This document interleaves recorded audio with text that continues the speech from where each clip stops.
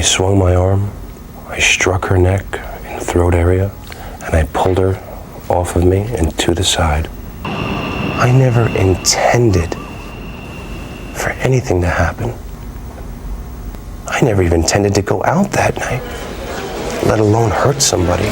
Born in 1966, Robert was a young man who seemed destined for the silver screen. With his chiseled jaw, striking good looks, piercing blue eyes, and the physique of a professional athlete, he stood out effortlessly among his peers. Raised in a struggling rural town in Iceland, Robert's family worked tirelessly to give him every opportunity to succeed. In the summer of 1986, 19-year-old Robert met 18-year-old Jennifer at a lively bar in New York's East Village. Jennifer was a stunning young woman with short brown hair, a vibrant smile, and a bold sense of style that turned heads. Despite her youth, she carried herself with confidence and charm. The two hit it off instantly, their chemistry sparking a whirlwind romance filled with laughter and joy.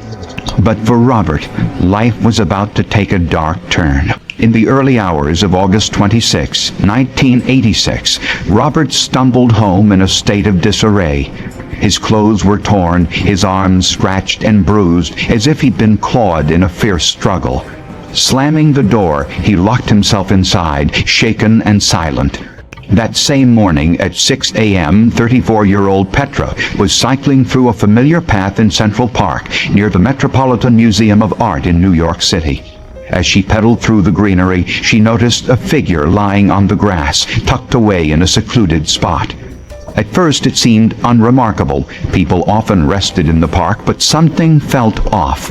The figure hadn't moved for an unusually long time. Curious, Petra approached, slipping off her shoes to tread closer. Her unease grew as she realized the figure was a young woman, motionless. One glance confirmed her worst fears. The woman was dead, a large bruise darkening her neck. Panicked, Petra raced to find a payphone to call the police, only to discover every nearby booth had been vandalized. She sped to the 90th Precinct on Central Park West to report what she'd seen.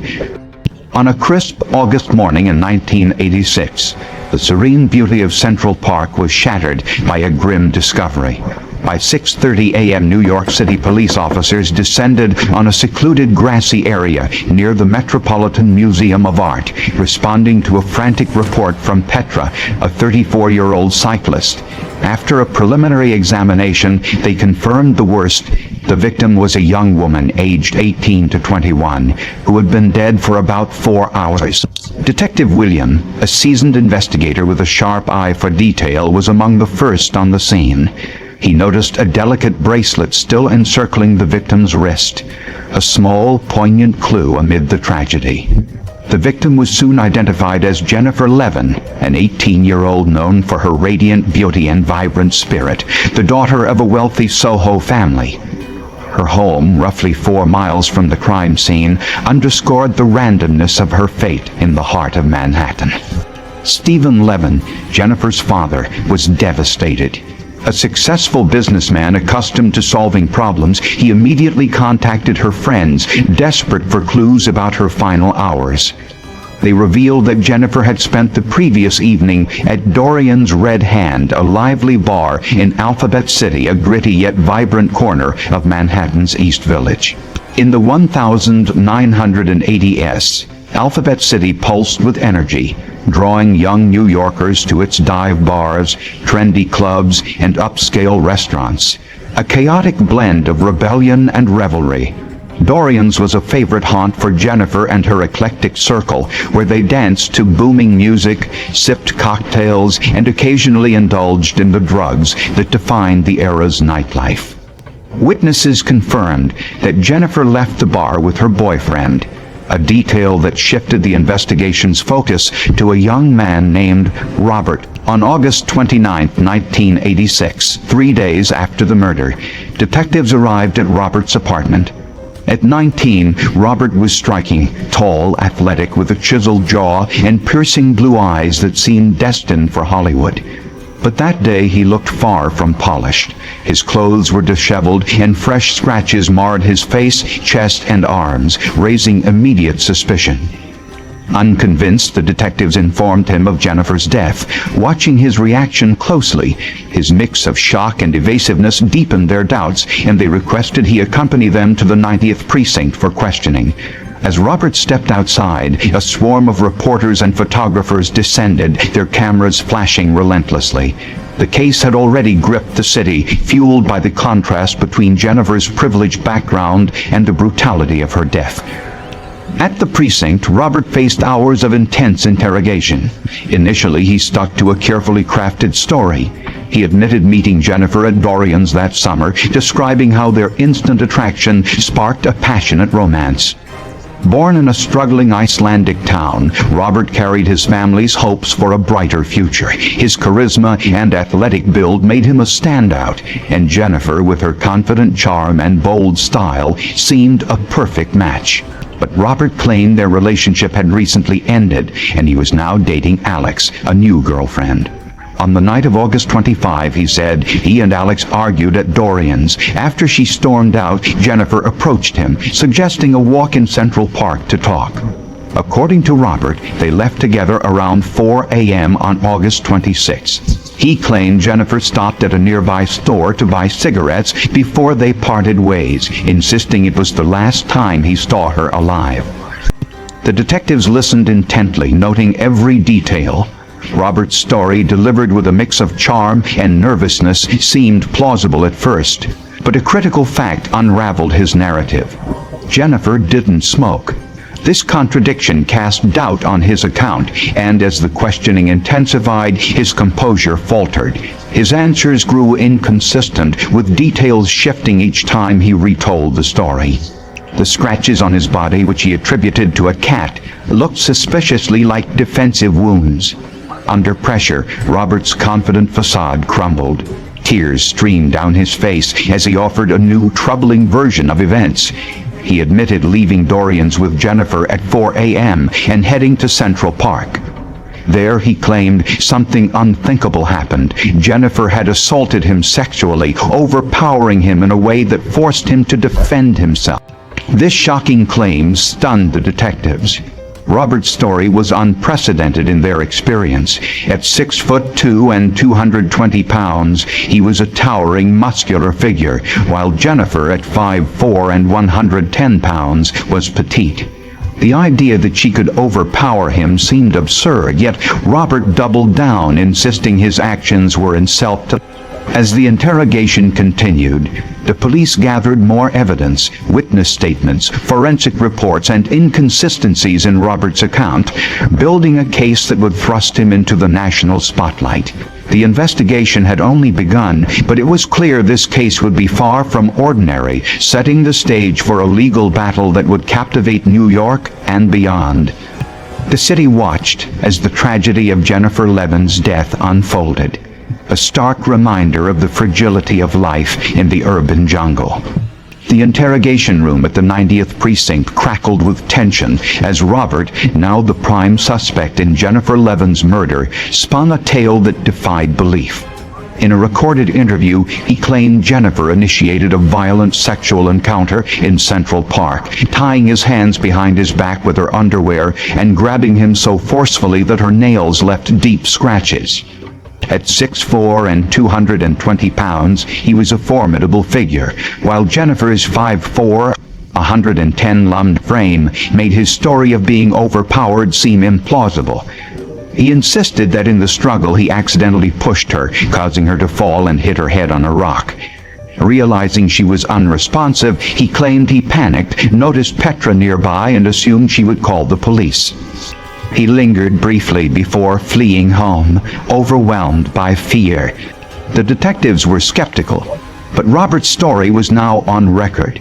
The case ignited a media firestorm, with tabloids and broadcasters seizing on the narrative of a handsome, privileged young man entangled in a scandal. Dubbed the Preppy by the press, Robert was portrayed as a tragic figure, a promising youth caught in a moment of desperation. Jennifer, meanwhile, was unfairly cast as a reckless party girl, her vibrant personality reduced to stereotypes. Public sympathy tilted toward Robert, fueled by his self-sung claim and cultural biases that judged young women harshly for their social lives. The case became a legal showdown between two formidable adversaries. Robert's defense was led by Jack Littman, a Harvard-educated attorney known for his strategic brilliance in high-stakes cases. Littman, who had honed his skills in Manhattan's legal circles, excelled at crafting compelling narratives to sway juries. Opposing him was Linda Fairstein, a fierce prosecutor from the Manhattan DA's sex crime unit. A Vassar and University of Virginia Law School graduate, Fairstein was a trailblazer in advocating for victims of sexual violence. She called Robert's claim unprecedented, noting that in over 8,000 sexual assault cases, no man had ever alleged being assaulted by a woman in this manner. The contrast between Littman's polished charisma and Fairstein's relentless pursuit of justice set the stage for a gripping courtroom drama. As the investigation deepened, the police uncovered evidence contradicting Robert's account. Forensic analysis revealed marks on Jennifer's neck consistent with strangulation, not a single defensive blow. The scratches on Robert's body suggested a struggle, but the idea that Jennifer could restrain him was implausible. Witnesses from Dorrian's confirmed that Jennifer and Robert left together, and no one saw her buy cigarettes, exposing his initial lie. Alex, Robert's new girlfriend, confirmed their argument, but offered no alibi for his whereabouts after 4 a.m. The evidence pointed to a violent encounter in Central Park with Robert as the aggressor. The trial, set for January 4, 1988, was a spectacle.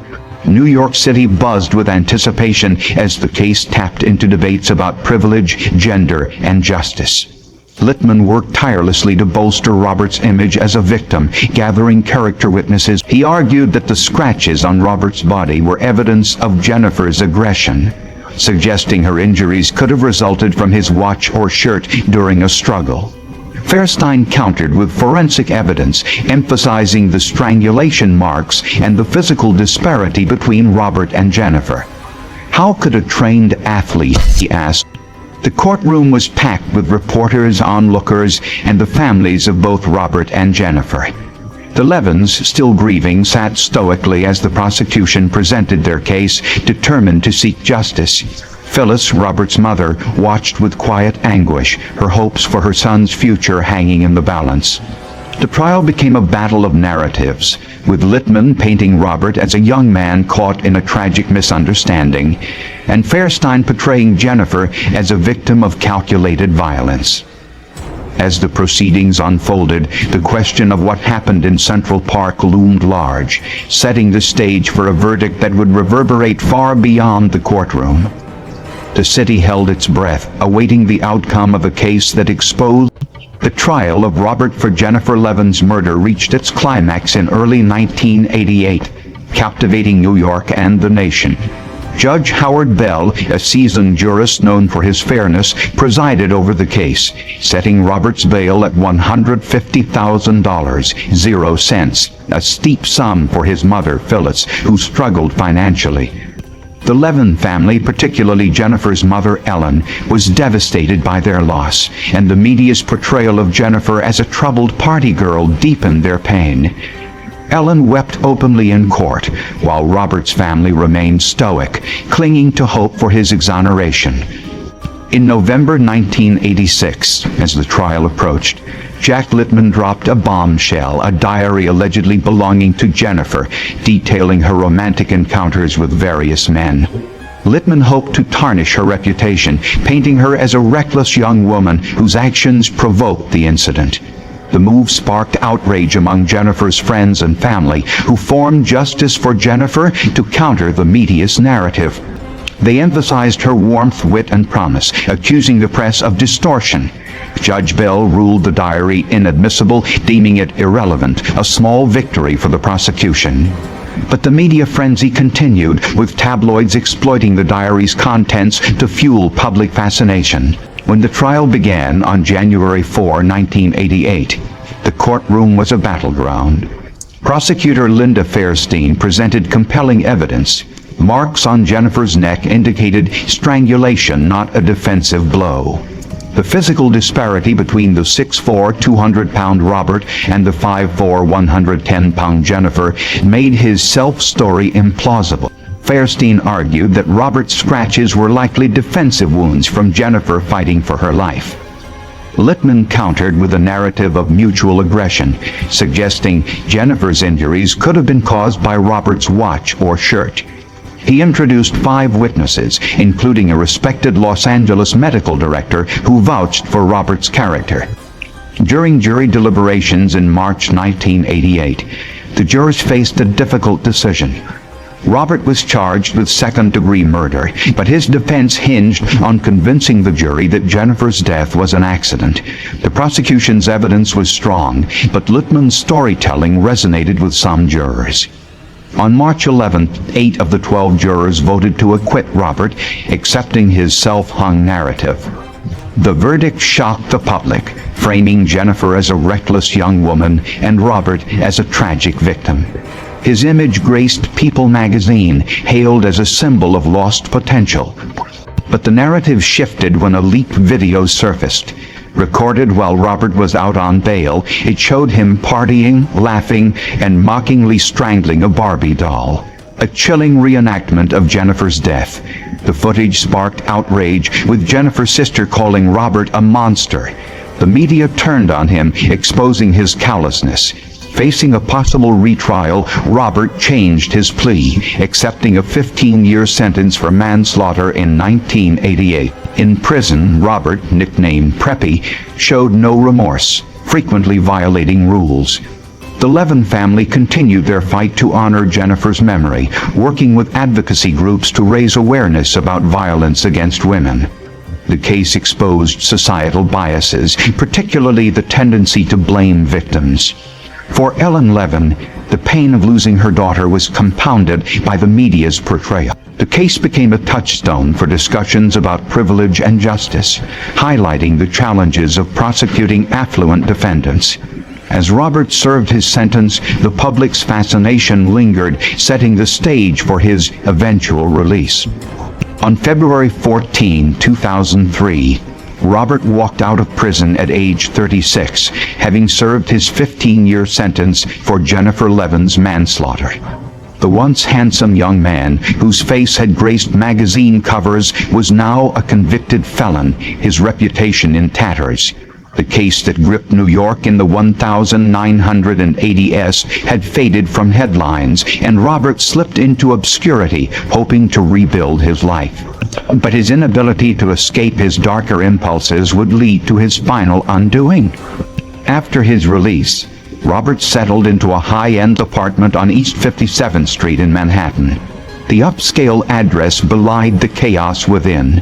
Neighbors noticed strange activity, strangers coming and going at all hours, some staying briefly, others overnight. Complaints about noise and disturbances piled up, raising suspicions. On October 22, 2007, police raided Robert's apartment, finding a large stash of illegal drugs far beyond personal use. Robert, now 41, was arrested alongside his 19-year-old girlfriend, Skylar, a young woman caught in his troubled world. The discovery marked the end of any hope for redemption. The arrest was a devastating blow to Phyllis, Robert's mother, who had dreamed of her son becoming a successful businessman or politician. Raised in a small Icelandic town, Robert had been her pride, a charismatic young man with boundless potential. But beneath the surface lay a darker truth. Before Jennifer's death, Robert had a history of trouble. At Boston University in 1984, he was expelled before his second semester for alleged theft and drug use. Friends described him as unreliable, with a penchant for partying and a rap sheet including credit card theft. Phyllis, fiercely protective, had negotiated to avoid charges, enabling his downward spiral. Posts, Robert's reckless behavior continued. Former acquaintances revealed stories of petty theft, drug use, and disregard for authority, contrasting the image crafted by his defense team. In prison, his lack of remorse and rule violations suggested an inability to change. The 2007 drug bust resulted in a life sentence, a final reckoning for a man who squandered every opportunity. Jennifer remained frozen in time, a vibrant, witty 18-year-old whose love for parties and bold fashion placed her in a dangerous man's path. Her story was a cautionary tale about the risks young women face. The media's portrayal obscured her humanity, but her family and friends fought to preserve her memory. The case left a lasting mark on popular culture, inspiring a 1989 TV movie with Billy Zane and Lisa Hartman, a 1990 Law and Order episode, and a 2019 Netflix documentary, The Preppy Murder. The Killer's 2004 song, "Jenny Was a Friend of Mine," mocked Robert's defense. Jennifer's story remains a haunting reminder of the dangers young women face and the media's power to distort truth.